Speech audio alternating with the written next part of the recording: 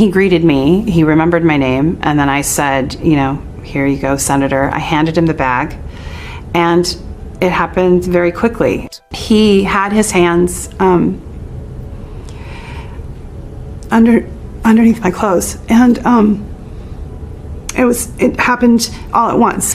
He had one hand underneath my shirt, and the other hand, I had a skirt on, and he went down my skirt. He pointed his finger at me and he said, "You're nothing to me. You're nothing."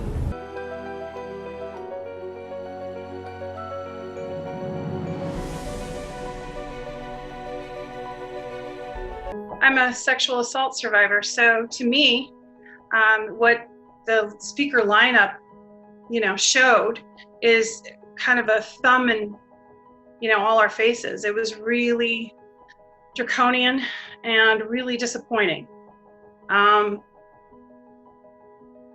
Rape culture in the United States is thriving under the Democratic Party.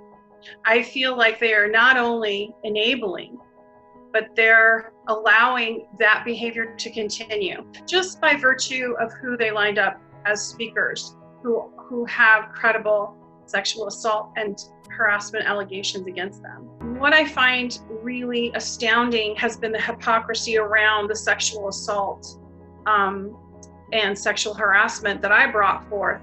When there were Republicans being accused of that, the media and the reaction from the Democratic Party was quite different and quite aggressive and quite hostile to the potential perpetrator, before it was even, investigated.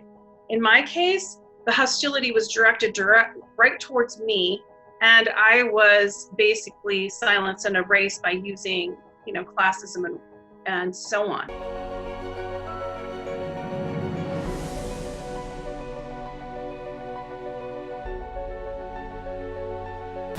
Now, the Biden campaign has put out a statement saying that they firmly believe that women have a right to be heard and heard respectfully. Such claims should also be diligently reviewed by an independent press. What is clear about this claim, it is untrue. This absolutely did not happen. So this accuser says that she is a, quote, hardcore Democrat and that she is not playing politics. But her story is now being used by the Trump campaign. So let's not forget that Trump has been accused by multiple women, over 15, of sexual assault, which he denies, of course. So how is this going to impact the election, do you think?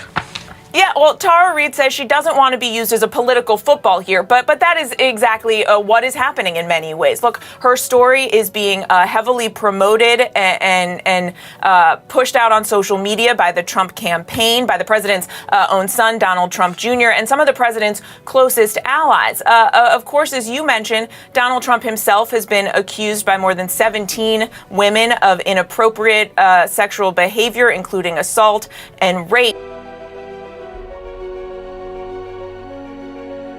We need to figure out a different way to have the conversation.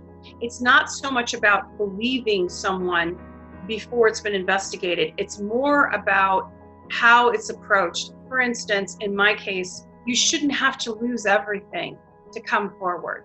You should be able to tell your history of what happened without your life being destroyed and your family's life being destroyed. And how sexual assault is being basically, we're being gaslighted, right? Collectively. They're pretending that they're the upholders of the Me Too, like a shield. But meanwhile, some of their main, Democratic elites, some of the main powerful people involved with the party are actually perpetrators themselves. And it's this denial, this collective denial and gaslighting of survivors that is so concerning to me.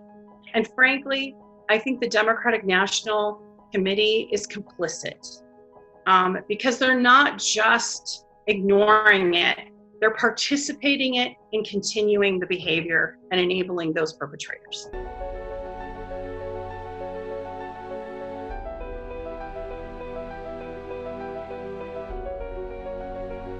In every case, the truth is what matters. And in this case, the truth is these claims are flat out false.